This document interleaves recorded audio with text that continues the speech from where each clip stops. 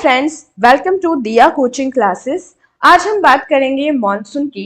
2025 के अंदर मॉनसून अपनी नॉर्मल डेट से पहले अराइव्ड हुआ है। इसके क्या फैक्टर्स हैं और साथ ही में इंडिया पे इसके एग्रीकल्चर इम्पैक्ट क्या होंगे, इकोनॉमिकल इम्पैक्ट क्या होंगे, वो आज हम डिटेल से पढ़ेंगे। स्टार्ट करते हैं। Onset and progression. Early arrival.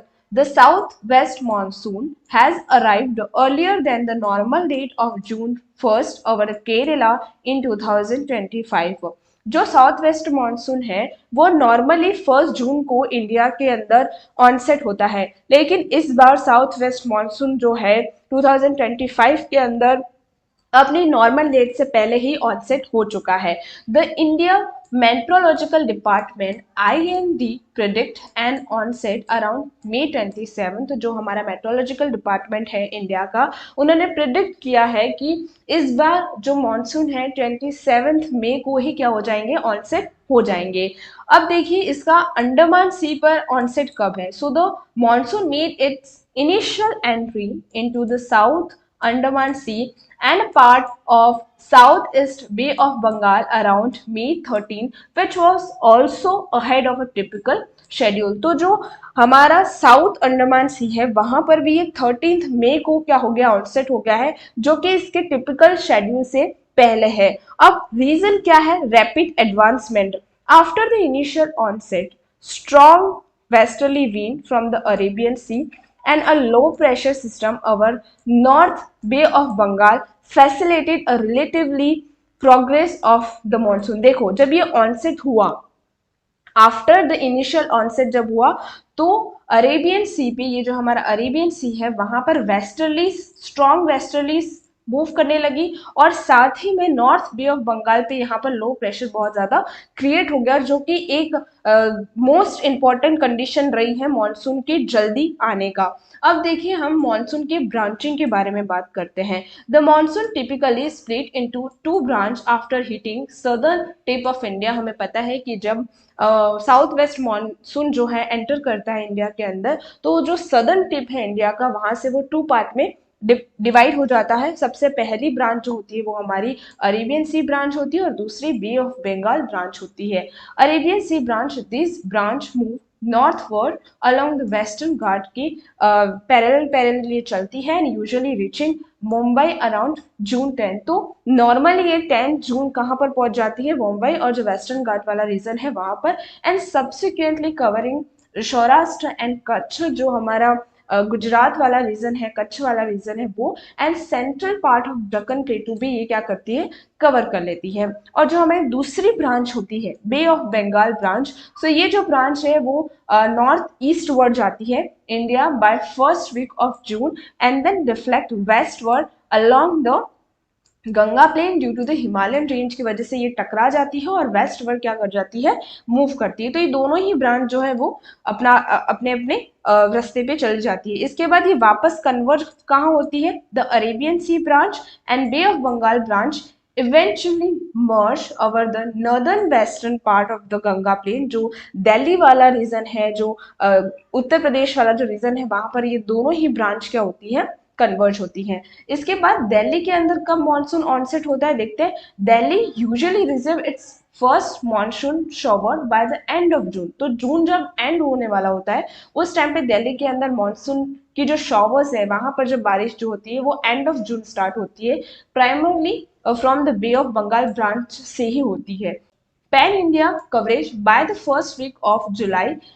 The monsoon typically cover western Uttar Pradesh. तो जो फर्स्ट वीक होता है जुलाई का, उस टाइम पे जो मानसून है टिपिकली वेस्टर्न जो उत्तर प्रदेश है वहां पर, Punjab, Haryana, eastern Rajasthan, reaching Himachal Pradesh and rest of the country by mid June. तो मिड जून पर 15 जुलाई तक जो है पूरा इंडिया जो है मॉनसून के अंडर कवर हो जाता है।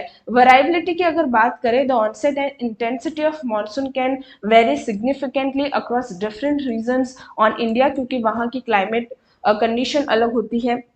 इसकी वजह से कहीं कहीं पर क्या होता है, डिफरेंट रीजन के अंदर डिफरेंट टाइम पे ऑनसेट होता है। क्या फैक्टर्स है अर्ली ऑनसेट के?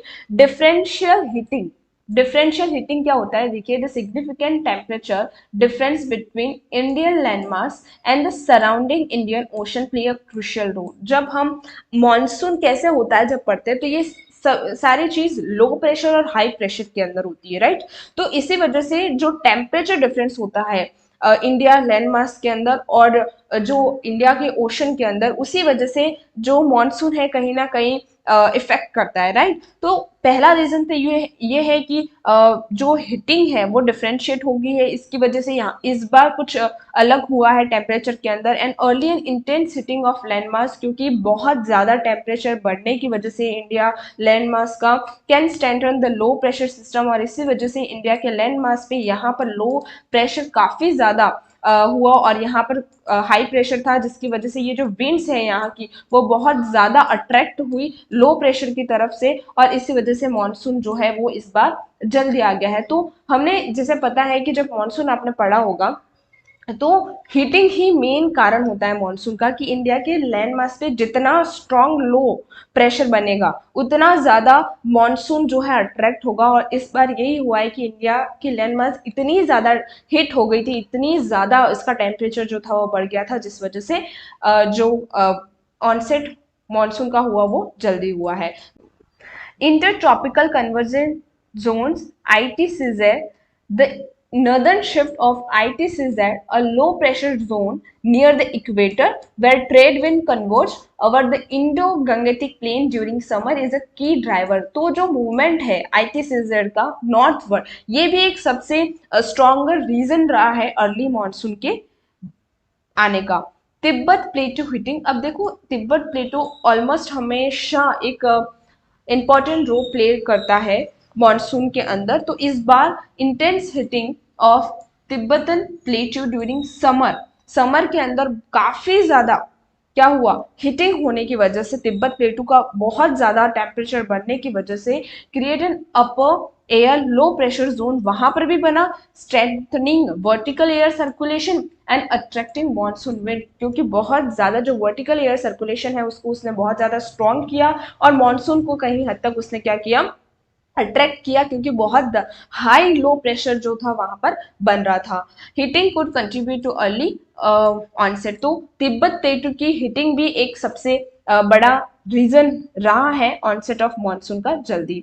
इसके बाद नेक्स्ट देखते हैं ट्रॉपिकल ईस्टर्ली जेट TEZ.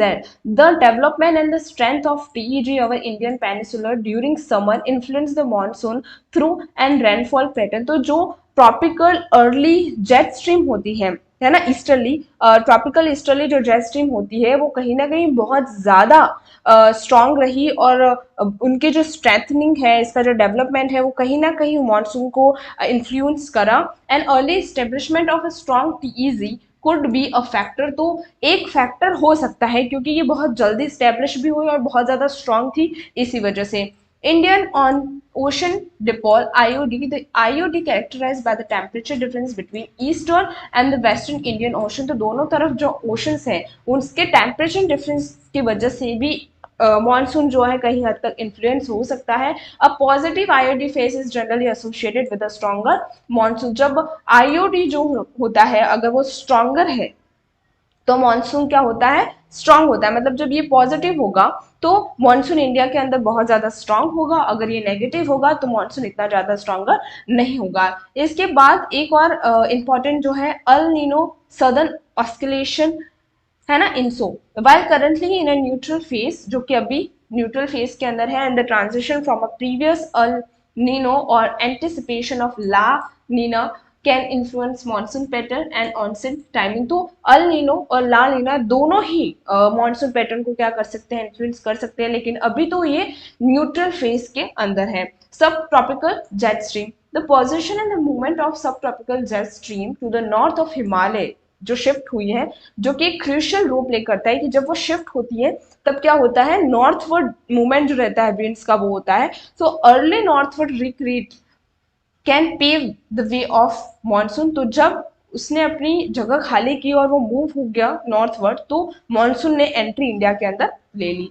और सबसे इंपॉर्टेंट जो है low pressure system, the formation and the movement of low pressure system and cyclones in the Bay of Bengal and Arabian Sea can significantly influence the monsoon advancement and onset timing over specific region। तो जो low pressure बना है बे of Bengal के अंदर, Arabian सी के अंदर जो cyclones बने हैं, तो ये एक सबसे बड़ी वजह है किसकी, मानसून की ऑनसेट की।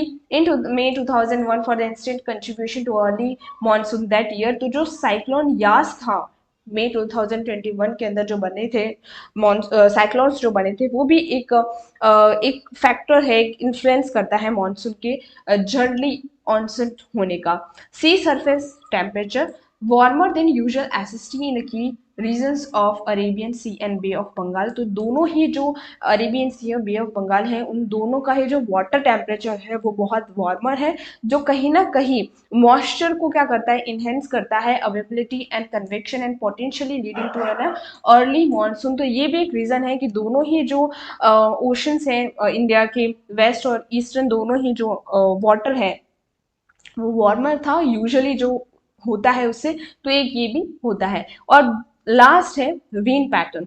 Animals wind pattern in Arabian sea और बे ऑफ बंगाल के अंदर जो एक विंड पैटर्न था, सच एज स्ट्रॉन्गर वेस्टर्ली और सदर्न वेस्टर्ली विंड बहुत ज़्यादा स्ट्रॉन्ग रही, हमने पहले पढ़ा, can push the monsoon current inland earlier. तो ये कहीं ना कहीं उन्होंने बहुत जल्दी उनको एंटर करवा दिया। अब देखते हैं हम इम्पैक्ट्स के बारे में, क्या इम्पैक्ट है अर्ली मॉनसून के इंडिया पे। तो सबसे पहले एग्रीकल्चर बूस्ट होगा and early monsoon is generally favourable for sowing of kharif crops, जैसे कि राइस है, मेज है, कॉटन है, soybean, pulses, aligning for timely planting. तो हम देखो जब मानसून होता है तभी ये सारी चीज़ें हो सकती है। तो इस बार जो फार्मर्स हैं, जो एग्रीकल्चर करते हैं, वो मॉनसून की वजह से जल्दी क्या कर सकेंगे, अपनी फसल को सो कर सकेंगे और वो जल्दी प्रॉफिट पाएंगे। इम्प्रूविंग क्रॉप यील्ड्स, देखो timely and advocated rainfall due to an early monsoon can lead to improve crop yield and better agriculture productivity. तो देखिए जब अपना वो टाइम चेंज करेगा और वो जल्दी आएगा, तो उसकी वजह से कहीं ना कहीं प्रोडक्टिविटी हो सकती है क्रॉप की। तो ये काफ़ी हद तक क्रॉप जो यील्ड होती है, जो फसल की जो फर्टिलिटी होती है, उसको इम्प्रूव करेगा, उसको चेंज करेगा थोड़ा सा। तो इम्प्रूव होने के कहीं हद तक है। तो इंडिया के लिए बहुत ही क्या है, पॉजिटिव वे के अंदर रहे। Enhance rural economy, higher agriculture output translates to increase incomes for farmers and boosting the rural economy. कहीं ना कहीं जो रूरल इनकम्स होंगी वो हाई होंगी, क्योंकि एग्रीकल्चर के आउटपुट्स बहुत अच्छे होंगे, पॉजिटिव होंगे। तो जो फार्मर्स की इनकम है वो ज़्यादा होगी, फार्मर की इनकम अगर ज़्यादा होगी तो रूरल की इकोनॉमी बूस्ट होगी, और अगर रूरल इकोनॉमी बहुत अच्छी रहेगी तो इंडिया की इकोनॉमी ऑटोमेटिकली क्या हो जाएगी, एनहेंस हो जाएगी, बूस्ट हो जाएगी। Replenished water resources, early rains help in recharging rivers. हम देख ही रहे हैं कि अभी जो रिसेंटली पानी की बहुत ज़्यादा कमी है, तो अगर रेन्स जल्दी आ जाती है तो लोगों के लिए, रिवर्स के लिए वाटर बहुत, रिवर्स की रिचार्जिंग हो जाएंगी, उनके लिए पानी की जो कमी है वो अच्छी हो जाएगी और पानी की वजह से उनकी जो भी प्रॉब्लम्स है वो सोल्व हो जाएंगी। रिजर्वोयर्स जो है वो भर जाएंगे, ग्राउंड वाटर लेवल जो है अच्छा हो जाएगा, एनहेंस हो जाएगा सीजन्स की पहले ही। और क्रुशियल फॉर इरिगेशन, जो भी फसल होगी जैसे राइस, कॉटन, उनके लिए इरिगेशन के लिए वाटर मिल जाएगा फार्मर्स को। ड्रिंकिंग वाटर जो बहुत ज़्यादा कमी हो गई है इंडिया के अंदर वाटर की, तो वो सॉल्व हो जाएगा। और साथ ही में जो हाइड्रो पावर जनरेशन है उसके लिए बहुत ही इंपॉर्टेंट हो जाएगा। रिड्यूस इरिगेशन डिपेंडेंसी, हम हमेशा बारिश के लिए ही वेट करते हैं कि कब बारिश आएगी और कब हम एग्रीकल्चर या फिर इरिगेशन के लिए वो करेंगे। तो ये कहीं नहीं, टाइमली रेनफॉल जो है, reduce the reliance on the artificial irrigation method, saving water and energy. तो हम कहीं ना कहीं इरिगेशन के लिए ये बहुत अच्छा है, फार्मर्स के लिए, एग्रीकल्चर के लिए बहुत ही अच्छा है। पोटेंशियल फॉर अर्ली हार्वेस्टिंग, जल्दी हार्वेस्ट हो जाएगा। हम देखा कि early sowing can lead to the early harvesting, जो अगर वो सोइंग जल्दी होगी तो हार्वेस्ट भी जल्दी होगी। And potentially allow for the better crop management and timing for the जो रबी सीजन्स होंगे उसके लिए बहुत ही अच्छा हो जाएगा।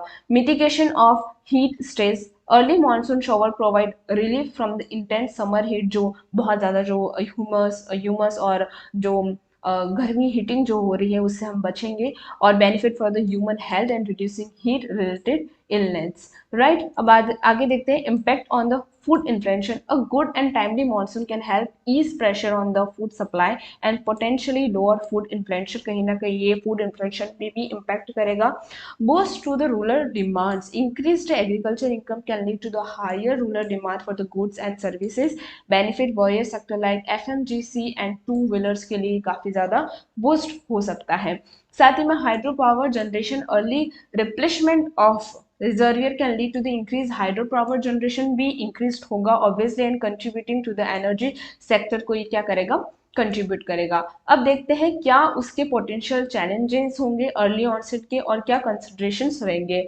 Unpredictability. While an early onset is a prediction predicted तो हो चुका है but the subsequent progress and distribution of rainfall can still be unpredictable कि कहाँ पर होगी. क्या अर्ली मानसून हुआ है, अर्ली ऑनसेट हुआ है तो क्या वो कंटिन्यू करेगा या फिर ब्रेक लेगा या फिर कहाँ पर उसकी ब्रांचिंग होगी. क्या जो हर बार हम प्रिडिक्ट करते हैं कि वो दो ब्रांचेस में डिवाइड होती है उसी तरह होगा. तो ये थोड़ा सा अनप्रिडिक्टेबल है और ये थोड़ा सा हमारे लिए एक चैलेंज हो सकता है. Intense rainfall and flooding. काफ़ी ज़्यादा रेनफॉल हो सकता है, फ्लडिंग हो सकता है. So early and intense rainfall can lead to the floods specially in the vulnerable regions causing damage to the crops infrastructure and property को हार्म हो सकती है. लैंडस्लाइड्स भी हो सकता है. Heavy and continuous rainfall in the hill areas can trigger landslide distributing transportation and cause loss of life. काफ़ी कुछ चीज़ हो सकती है क्योंकि ये अनप्रिडिक्टेबल है, हमने सोचा नहीं था. Pest and disease outbreaks. देखो changes in the temperature and humidity associated with an early monsoon can create favourable condition for pest and disease outbreaks in the crops. तो काफ़ी ज़्यादा फेवरेबल कंडीशंस हो जाएंगी. ये भी एक बहुत ज़्यादा हमारे लिए चैलेंज होगा. डिसीज आउटब्रेक्स हो सकती है काफ़ी ज़्यादा, जो डिसीज है वो हो सकती है अर्ली मॉनसून या फिर जो क्लाइमेट के चेंज की वजह से, right. Impact on specific crops. The impact of an early monsoon might vary for different crops depending on their showing windows and water requirement. तो काफ़ी जो crops अभी शायद जो सो हो रही है या फिर लोगों ने जो स्टार्ट कर लिया है उनके लिए थोड़ा सा ये हार्म हो सकता है. Regional variation. while the overall onset might be early, some region might still experience delay or defect in the rainfalls. तो काफ़ी हद तक तो आ चुका है मॉनसून लेकिन काफ़ी रीजन्स में वो नहीं आया है. तो ये एक हमारे लिए चैलेंज है कि वहाँ पर किस तरह की चीज़ें होंगी, या फिर लेट होगा या फिर अर्ली होगा या फिर नहीं आएगा इस तरीके से. Interaction with other weather system. The interaction of monsoon with other weather system like cyclones हो सकते हैं lead to the extreme rainfall even in the specific जो कोस्टल एरियाज हैं उनके लिए काफ़ी साइक्लोन्स जो है वो हार्मफुल हो सकते हैं. Water logging. Excessive early rainfall can cause water logging. काफ़ी ज़्यादा वाटर लॉगिंग हो सकता है एग्रीकल्चर फील्ड में. डैमेज यंग क्रॉप्स जो हैं अभी जो सो करी गई सोइंग हुई है उनके लिए ये काफ़ी हद तक डैमेज हो सकती है. And need for preparedness. And early monsoon necessitated early preparedness for the potential flood and other related disaster. क्योंकि ये अनप्रिडिक्टेबल था, काफ़ी लोगों को ये नहीं पता था कि मानसून इतना जल्दी आ जाएगा. तो हमें थोड़ा सा प्रिपेयर होने की ज़रूरत है. And impact on fishery. Heavy rainfall can affect inland and coastal fisheries को भी काफ़ी हद तक ये क्या कर सकता है इम्पेक्ट कर सकता है. तो आज हमने फैक्टर्स पढ़े, हमने देखा कि क्यों ये जल्दी आ गया है. तो लो प्रेशर जो इंडिया के अंदर क्रिएट हुआ है ये ओनली रीज़न है कि ऑनसेट जो है वो जल्दी हुआ है. हमने देखा कि क्या इम्पैक्ट्स हो सकते हैं और क्या चैलेंजेस हो सकते हैं, ये हमने सभी डिटेल से पढ़ा. If you like then please subscribe my channel, like, share with your friends and support us. Thank you.